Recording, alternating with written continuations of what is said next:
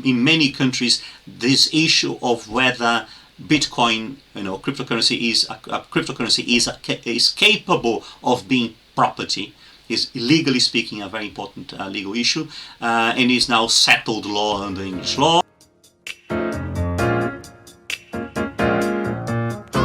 Hi guys, today we're going to talk about cyber law and cyber regulation. Now in 2020 and 2021 we have already seen a lot of updates when it comes to regulation of cyber law and also some high-profile cases.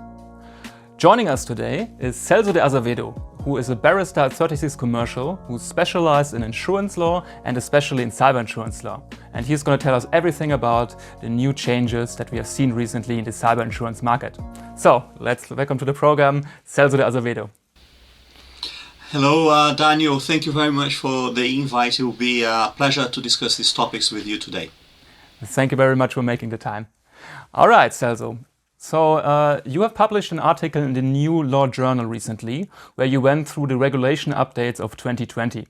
Among them, and one of the most high-profile cases, basically, or regulation updates, which has also created a lot of buzz in the cyber insurance community, was an update advisory from the US Department of Treasury and also one from another US agency, where they basically gave an advisory on ransomware payments. Could you tell us a little bit about what the content of these advisories were and what the possible implications are for the cyber insurance market? On the 1st of October 2020, the US Department of the Treasury's Office of Foreign Assets Control, called OFAC, and the Financial Crimes Enforcement Network, Fincen, issued separate advisories, which are basically guidelines to provide guidance to US individuals and businesses in efforts to combat ransomware scams and attacks. It warned the regulated entities that any ransomware payment is illegal, that if there are any indication that they are relating to crime or terrorism or any other suspicion, it is completely entirely up to the OFAC to decide what entities will be designated. And it is important that it includes those involved in providing cyber insurance, digital forensics, and incident response, as well as financial services. So it is not only financial services companies that are caught. So if they are facilitating a payment to a designated entity, they will be in breach of the legislation as well, in committing a crime. The other one was Fincen, and that is more relating to anti-money laundering legislation. And the advisory that was issued by Fincen warns that ransomware payments in convertible virtual currencies, so in cryptocurrencies of all types, may violate anti-money laundering legislation. And how does that happen? The advisory reiterates that financial institutions must file a suspicious activity report. It's the same thing in England and throughout Europe. If there is any risk or suspicion of anti-money laundering, a report must be made to the appropriate regulatory authority. So if you have a ransomware demand, that itself is sufficient for the SAR, the suspicious activity report, to be made. And the other example is where the cryptocurrency exchange trader is associated with ransomware activities according to public or government sources. So if you have lists of cryptocurrency exchanges that are associated with ransomware payments, even if it is not an official list, trigger the obligation to issue and file a suspicious activity report with the appropriate regulator. So the next few months will indicate, and that is the interesting part, whether these stricter guidelines will result in ransomware payments in the US reducing, and whether other countries will follow the example of the US and also make clearer statements that ransomware payments should be scrutinized by the appropriate authorities before it may be made. That's very interesting. So basically, if I cannot determine if a ransomware extortion demand comes from a country which is on a sanctioned list or otherwise under suspicion of the US government, this payment itself can be illegal. So if ransomware, usually, of course, you don't know the perpetrator, you don't even know who it is, so of course you also don't know the nationality of them. Doesn't this kind of mean that ransomware payments in general might be illegal under US law, at least to these advisories?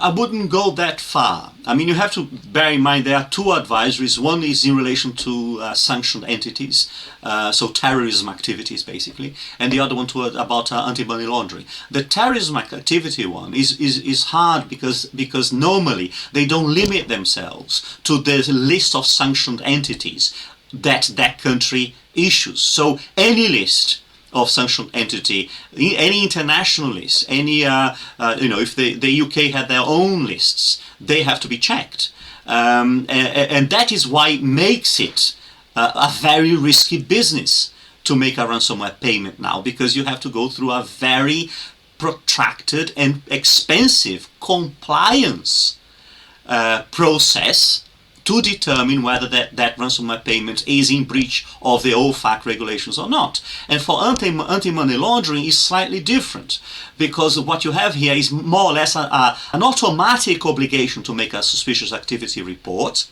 and that automatic obligation to make the suspicious activity report allows the regulator to deny authorization for the transaction to go ahead. That could make ransomware payments in practice untenable, unfeasible, and very possibly illegal if you breach the regulations that now are much, much stricter. In the UK, you have the UK's Terrorism Act of 2000. And in it, any ransom payment is unlawful if the payer knew or had reasonable cause to suspect that the funds may be used for the purpose of terrorism. And even partially for the purpose of terrorism is sufficient to be a breach of the Terrorism Act 2000. The definition of terrorism is very broad. It is any political, ideological, or religious purpose, but not if it is only a financial purpose. That is the way out of the ransomware payment. If the ransomware payment is only for a crime, so it is not for the purpose of financing any ideological, political, religious purpose, it is only for gain, financial gain, that is the purpose, then the ransomware payment would not be in breach of the Terrorism Act 2000. But it is problematic for anyone who may wish to make a ransomware payment to avoid criminal liability, because in the UK there are 76 proscribed organizations listed under the Terrorism Act, and there are another 14 organizations listed under the previous legislation, and these lists are continuously updated. In relation to anti-money laundering, as I said, the UK, there is any knowledge or suspicion of money laundering and terrorism financing must be subject to a SAR filing.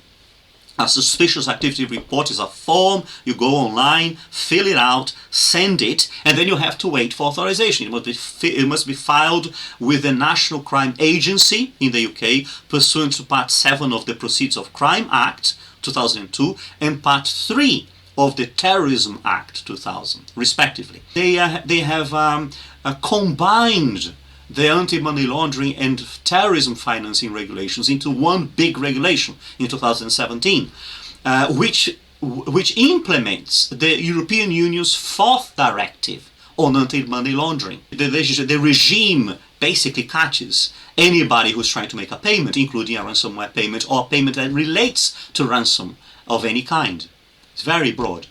That's very interesting, because so now basically we all know that in case of a cyber incident, the first 48 hours are the most important one. If you are not fast enough to respond to an incident, of course the damages more or less exponentially grow. Now I have to fill out forms, have to go through regulatory processes, which not only cost me money and having people fill out those forms and making sure the regulator is happy, but I also more or less lose time. That's right. I mean, of course, we have to be realistic here that what the risk here is for the regulators of different countries is that may overplay their hand. They may make the restrictions and the compliance requirements so onerous that these payments are going to be made illegally under the carpet via third-party agencies or investigation agencies or IT specialists who basically specialize in making the payment and reducing the regulatory risk of the big corporations who are having to make the ransomware payments. We have heard at the Senate confirmation of Janet Yellen, now Secretary of the Treasury of the United States, that she also had a more or less critical view on cryptocurrencies, questioning whether they are facilitating money laundering. And as we have also heard similar sentiments, for example, by ECB President Christine Lagarde, perhaps we are seeing now the start of stronger crypto regulation around the world. The risk here for the cyber insurance market is that they were unwittingly funding crime market. We are probably now entering a worldwide cat and mouse regulatory hunt. Of course, what is going to happen, and that's what I'm saying is it's a cat and mouse game, is that you're going to have many countries, OECD countries that will be imposing these regulations on their currency, on their cryptocurrencies and cryptocurrency platforms, but that doesn't necessarily stop the crime, because the ransomware demands, the criminals, they may require the payment to platforms that are in countries that do not have very highly developed anti-money laundering regulations, or that do not enforce them. On the topic of cryptocurrencies, there's also been a judgment by the UK High Court, which I think was related to a payment that was made in Bitcoin, which was related to ransom. And I think that the High Court granted an injunction against the cryptocurrency exchange. Could you give us more details on that case? The name of the case is AA against persons unknown. Basically, in October 2019, hackers installed a ransomware called BitPaymer, which infected over 1,000 computers in 20 servers of a Canadian insurance company that was also insured by an English insurer for cyber risks. The insurer facilitated the payments of a ransomware demand in the value of about 950,000 US dollars in bitcoins to unlock the policyholders, the victims' systems. Afterwards, a forensic analyst of the transactions of the Bitcoin wallet to which the payment was made allowed other specialists in conjunction to trace 96 Bitcoins worth about 800,000 US dollars to a cryptocurrency exchange called Bitfinex or Bitfinex. So Bitfinex was operated in 2 British Virgin Island companies, but they fell under the jurisdiction of the English High Court. So the High Court granted to the English insurer, a proprietary injunction over the cryptocurrency, allowing the insurer to freeze the 96 bitcoins which had been paid as ransom. When it issued the injunction, the English High Court held that cryptocurrencies were capable of being considered property under English law. So that's a very important development. There had been in many countries this issue of whether Bitcoin, cryptocurrency is capable of being property, is legally speaking a very important legal issue, and is now settled law under English law. Now, however, it is likely that this decision will affect parties and insurers' ability to gain a potential avenue of recovering funds via injunctions from cryptocurrency exchanges.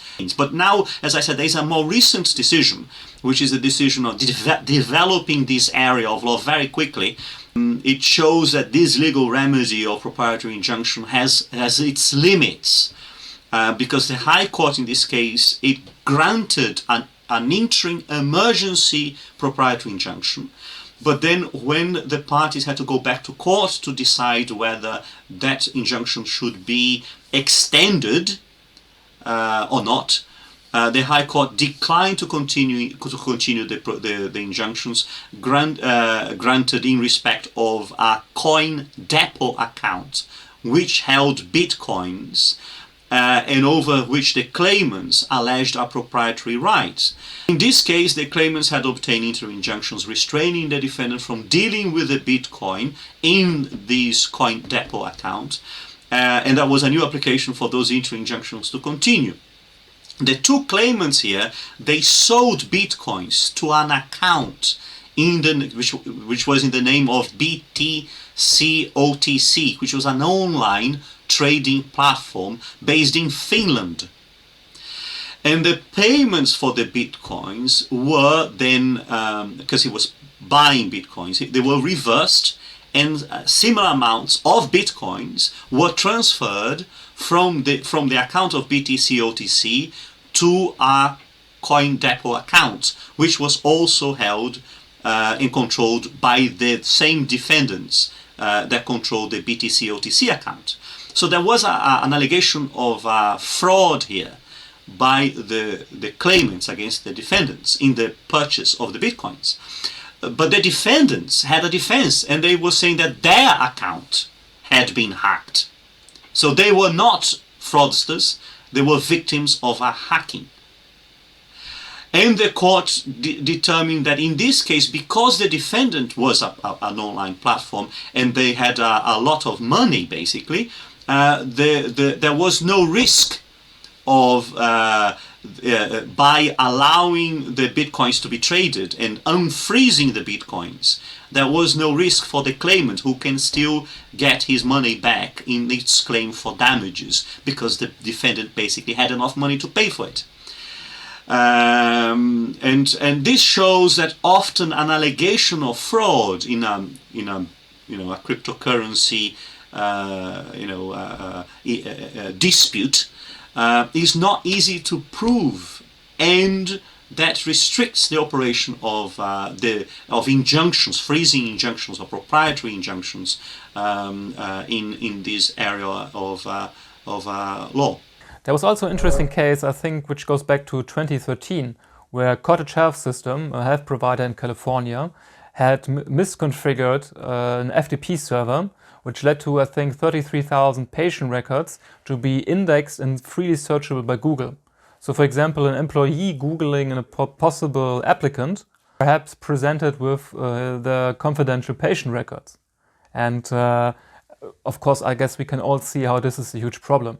Now, the regulator, I think, in California already fined the company to the tunes of 20 million or more for this violation. And now there was a case that Cottage Health Systems had against the cyber insurer. What exactly happened there?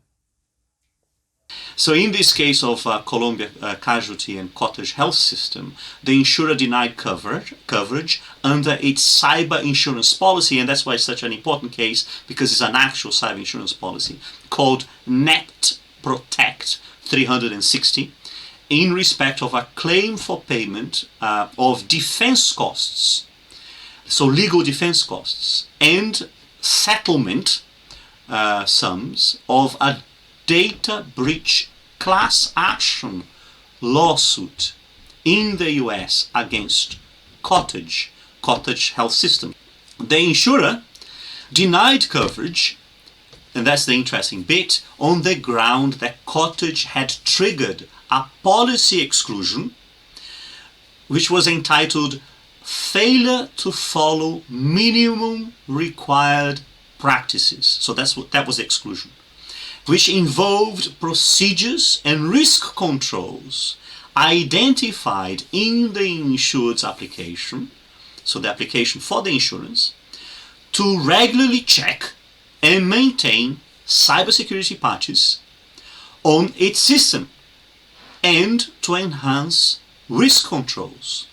So basically the insurer alleged that Cottage had failed to change the default settings of its file transfer protocol so that its web servers would not permit access to patient records via a simple Google search. Well, in this case, this particular issue was not decided by the court, because the court said, well, there is an ADR, Alternative Dispute Resolution clause here, that the parties should have followed before coming to court. So the claim is dismissed by the insurer. The judge dismissed the claim denying coverage, saying, no, you have to follow the ADR provision first before you can raise these arguments. But it shows that this type of argument is available to insurers, and is not different from other areas of law. You know, for instance, in England, the courts have consistently determined that an insurer is allowed to rely on a reasonable precautions clause, but it must show that there was recklessness on the part of the policyholder. There is a case called Fraser and Furman of 1967, where the court held that the insurer must show affirmatively that the failure to take precautions was done recklessly. And what does that mean? That is to say, with actual recognition of the danger and not caring whether or not the danger was averted. If the minimum standards of software updates, and firewalls update, if there are questions in relation to what do you have, what do you normally use, how often do you do it, and that is stated there, these are then more than just an exclusion. It allows the insurer to say that there was a misrepresentation of the risk, which makes the whole of the insurance policy null and void ab initio, so from the start, as if it never happened. It never existed, as if the policy never existed. It's a case called Aspen Insurance and Sangster and Anand, that the court commented that the recklessness threshold will not apply where there is a highly defined and circumscribed set of particular safeguards which have been put in place. And this is a property policy, so it's different, but it can be applied to cyber insurance as well. So you have to read your policy very carefully if you are a policyholder. So this is basically what happened now in 2020 and up to the beginning of 2021. So looking ahead, basically from the second quarter of 2021 and onwards, there will be a very interesting case that will be decided by the Indiana Supreme Court. And I think it was a silent cyber case where an oil company was denied a claim on his cyber insurance policy. Could you tell us a little bit more about that, please? This is the G&G Oil Company of Indiana and a Continental Western Insurance Company. In this case, the oil company is suing its insurer over denied coverage of $34,500 US payment made as ransom via Bitcoin to unlock their affected computers and servers. The policyholder, the oil company, was a victim of a ransomware attack, locking its computers and servers, and had to pay 4 Bitcoins in exchange for the decryption passwords to regain access to its computer systems. While there was an E&O policy, so an errors and omissions policy, which covered the policyholder against computer fraud, the insurer denied the claim because the oil company did not purchase an available optional coverage for computer virus and hacking. And the oil company was unsuccessful when it argued before the first instance court and the Court of Appeal that the wording, the E&O policy wording, since it used the terms fraud and fraudulently, they argued that that was sufficient, and there should be, because there should give a plain and ordinary meaning to the word fraud and fraudulent, which included unconscionable dealing. And therefore, because the ransomware demand was an unconscionable dealing, that was sufficient to come within the definition of fraud, and that there should be coverage. However, the lower and the appellate Indiana state courts, they agreed with the insurer and dismissed the lawsuits by the oil company, and they held that the Bitcoin payments were not the result of the fraudulent use of a computer. The crime was more similar to theft, and there was no deception involved. So the oil company was not deceived by the ransomware demand. The appeal court also agreed with the insurer that the losses did not result from the use of a computer to fraudulently cause a transfer of funds. The important thing to note here is that the person who used the computer to transfer the bitcoins was the policyholder. The hacker used the computer to lock the system, not to transfer funds, which is usually what the computer fraud coverage covers. The hacker used the computer to lock it and demand the ransom. So there's a kind of a breach of chain of causation issue here. Although the hackers' actions were illegal, there was no deception involved in the demands for ransom in exchange for restoring access to the computers.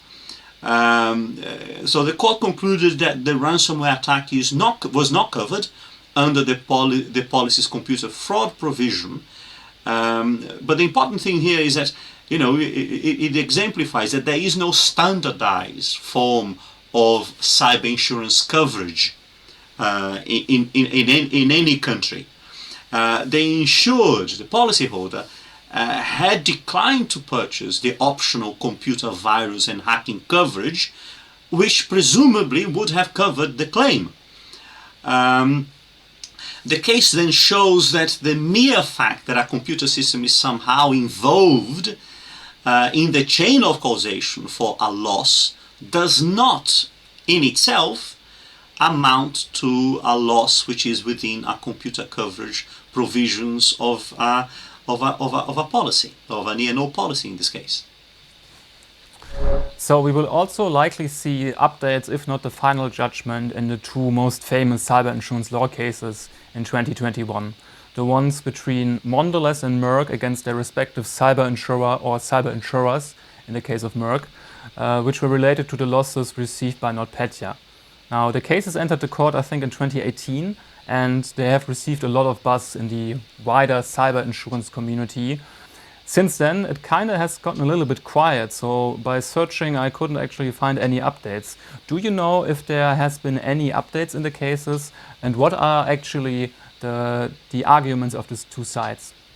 Yes, these are very interesting cases, particularly because of how large the claims are. Both Merck and Mondelez were, the cases were filed during 2018, and they relate to the NotPetya attacks in 2017. And both Merck and Mondelez, they sued their property and business interruption underwriters who have refused payment on the basis primarily of war and terrorism exclusion clauses in these policy wordings. The Mondelez case, Mondelez sued Zurich Insurance for $100 million in Illinois court, and Merck sued more than 20 insurers and reinsurers, because it's Merck and their captive insurer. They all sued the insurers and respective insurers and reinsurers, more than 20 of them, for it depends on the press statement that you read, about 1.3 billion US dollars in New Jersey. In the case of Merck, the NotPetya attack affected 30,000 computers, and they had coverage, Merck had coverage for loss or damage insured, which was defined as physical loss or damage, including any destruction, distortion or corruption of any computer data, coding, program or software. So it's a very broad definition of loss insured, and it had in the insurance policies, there were several insurance policies and reinsurance policies in the case of Merck, but most of them contained a separate insuring agreement for computer systems entitled Computer Systems Non-Physical Damage. So these are property policies that are extended to include as property, as loss insured or damage insured, computer data, corruption of computer data, corruption of coding, corruption of software. So it was clear that these are basically non-damage, non-physical damage extensions. So you would think, well, this is very clear. There should be coverage. But the policy, the insurers, they had war exclusions, terrorism exclusions, or combined war and terrorism exclusions in these policies. And as we know, so there is then what's called an attribution problem. How to prove that the NotPetya attack was done by a state-sponsored agent so that it would be an act of war, or that it was a terrorism act by a politically motivated group or ideologically motivated group. So how do you prove that? There is no formal declaration of war by the Russian state-sponsored agents, even though the Trump administration issued statements saying that NotPetya originated from Russian state-sponsored agents. Then there will be an argument of, okay, but that was in relation to the Ukraine, so it was not directed at US-based entities. So there's another problem that has to be overcome by the insurers in making the exclusions apply to this. So without this attribution solution, without a solution to the attribution problem, it would be difficult for the insurers to prove that there has been an application of a war exclusion or a terrorism exclusion. And what is happening has been happening now, because this, as you say, it started during 2018, so it's been going on throughout 2019, these cases, throughout 2020, with basically the initial procedures in court. So they've exchanged pleadings. They have now gone through the exchange of evidence. They're finalizing the evidentiary stage, and then there should be witness statements, expert statements, and a trial. But that hasn't been fixed yet by the courts. We are hoping that this will take place during 2021. and I have no doubt that they will be appealed. So these two cases, they are going to be an ongoing saga with very wide-ranging ramifications for the cyber insurance market and for the property market as well, and for the war and terrorism exclusion, for war and terrorism coverage markets as well. They are very interesting cases that we should keep an eye on for the coming years. So thank you very much, Celso. This was very interesting information. Of course, we're going to keep in touch with you, and we're looking forward to hear from you once, for example, we have new updates in the Merck or Mondelez case or other important regulatory changes or judgments. Thank you very much, Daniel, for the opportunity to discuss these very interesting issues, and let's keep in touch and see and discuss what happens next. Thank you. Thank you very much. Have a good day. Goodbye.